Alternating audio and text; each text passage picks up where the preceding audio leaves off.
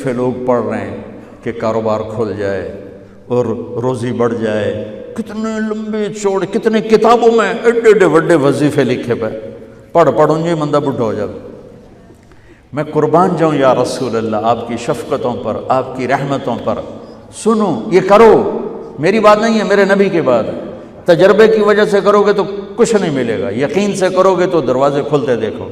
کہ یا رسول اللہ ارید ان یوسع علی رزقی، میں چاہتا ہوں میری روزی کھل جائے۔ تو آپ نے کہا ادم علی الطہارہ یوسع علیک رزقک، تو باوضو رہا کر تیرا رزق کھل جائے۔ کوئی زور لگتا ہے وضو؟ تمہارے ہاں تو سردی ہوتی ہی کوئی نہیں کہ بھئی ٹھنڈا پانی ہے کیسے وضو، یہ تو ہمارے لیے مسئلہ ہے کہ بھئی ٹھنڈا پانی ہے کیسے وضو کرو۔ وہ ہمارے گاؤں کا مراسی مجھے مل گیا، میں نے کہا چل نماز پڑھے گی، نہیں جی میاں جی سردی بڑی، نہ لے جاؤں سردی بڑی، مراسیوں کو سردی زیادہ لگتی ہے۔ میں نے کہا نہیں آج تک نماز پڑھا کے چھڑنا ہے۔ میں اس کو لے کے جب وہ ٹوٹی پہ بیٹھا نا، جو ہی ہاتھ پہ پانی، اوہ حالے وہ ٹھنڈا پانی، اوہ حالے وہ ٹھنڈا پانی۔ تمہارے لیے تو یہ مسئلہ بھی نہیں کہ ٹھنڈا پانی۔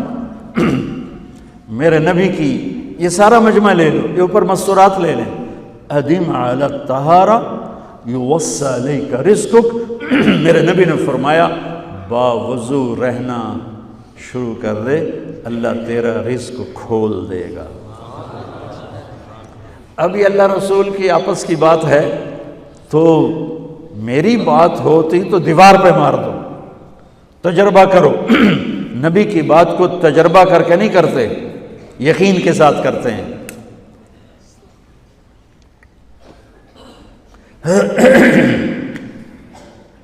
ادم علی الطہارہ یوسع علیک رزقک، باوضو رہا کر۔ اچھا باوضو رہنے کے اور فائدے، اللہ پیار کرتا ہے، شیطان ڈرتا ہے، اور وضو ہوگا تو نماز آپ ہی پڑھی جائے گی، چلو یار وضو ہے 4 فرض ہی پڑھ لو گی۔ ایک دفعہ شیطان آیا ہمارے نبی سے ملنے، تو آپ نے اس سے پوچھا تیرے دشمن کتنے؟ کہنے لگا 15۔ آپ نے فرمایا کون کون ہے؟ کہنے لگا پہلا تو تھوڑا ہی نمبر ہے، پہلا نمبر تو تھوڑے نال میرا لگو ہے۔ پھر کہنے لگا وہ مسلمان جو 24 گھنٹے باوضو رہتا ہے وہ میرا بڑا دشمن ہے۔ جو باوضو رہتا ہے اور باوضو سوتا ہے، ایک فرشتہ اس کے لیے بندگی کا ثواب لکھتا رہتا ہے۔ خیر واپس آتا ہوں، میرے نبی نے فرمایا 4 باتیں لے لو اور دنیا بھی تمہاری آخر، ساری PIA زندہ ہو جائے گی، ساری اکانومی زندہ ہو جائے گی، ساری معیشت زندہ ہو جائے گی۔ 5 بھی نہیں، ایک انگلی بھی آپ نے نیچے کر دی کہ یہ بس اتنی لے لو۔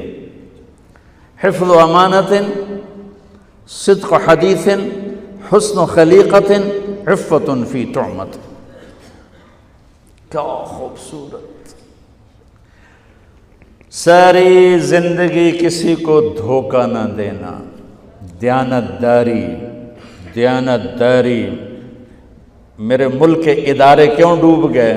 دیانت نکل گئی، کھوٹ آ گئی، دھوکہ آ گیا۔ میرے نبی نے کہا حفظ امانت، کبھی امانت میں خیانت نہ کرنا، صدق حدیث، کبھی جھوٹ نہ بولنا، ہمیشہ سچ بولنا۔ میرے نبی نے فرمایا میرا امتی ہر گناہ کر سکتا ہے، 2 نہیں کر سکتا، ایک جھوٹ کبھی نہیں بولے گا، ایک دھوکہ کبھی نہیں دے گا۔ میرے نبی کی 2 صفتیں ہائی لائٹ ہوئیں، صادق اور بولو کیا ہیں؟ کوئی اور بھی تو ہو سکتی تھی، جس سے مشہور کیا، کعبہ قوسین بھی تو ہے، اور ادنا بھی تو ہے، واللیل بھی تو ہے سیاہ زلفوں والا، والضحیٰ بھی تو ہے روشن چہرے والا۔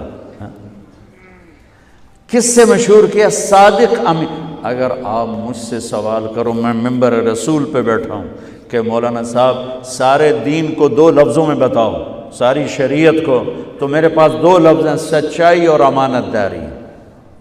آپ مجھ سے سوال کرو مولانا صاحب ساری دنیا کے کفر کو بتاؤ تو میرے پاس دو لفظ ہیں، جھوٹ اور دھوکے بازی، جھوٹ اور خیانت۔ پوری دنیا کا کفر ان کے اندر چھپا ہوا ہے، سچائی اور دیانتداری پوری دنیا کا اسلام اس کے اندر چھپا ہوا ہے۔ دیانت اور سچائی یہ بیج کی طرح ہے اور پورا اسلام پھر باغ بن کے پھلتا پھولتا ہے۔ جھوٹ اور دھوکہ یہ بھی بیج کی طرح ہے، پھر اس سے کفر کا جنگل کانٹوں بھرا جنم لیتا ہے۔ میرے معاشرے سے جھوٹ نکل جائے، دھوکہ نکل جائے، یہ پاکستان جنت کا ٹکڑا ہے۔ اور یہ حکومت کے بس کا نہیں ہے کہ وہ سب کو سچ بلوائے، یہ مجھے کرنا ہے، یہ مجھے کرنا ہے، میں نے اور آپ نے اس کو شروع کرنا ہے۔ حضرت جریر بن عبداللہ یہ یمن کے شہزادے تھے، آخری حج پہ مسلمان ہوئے۔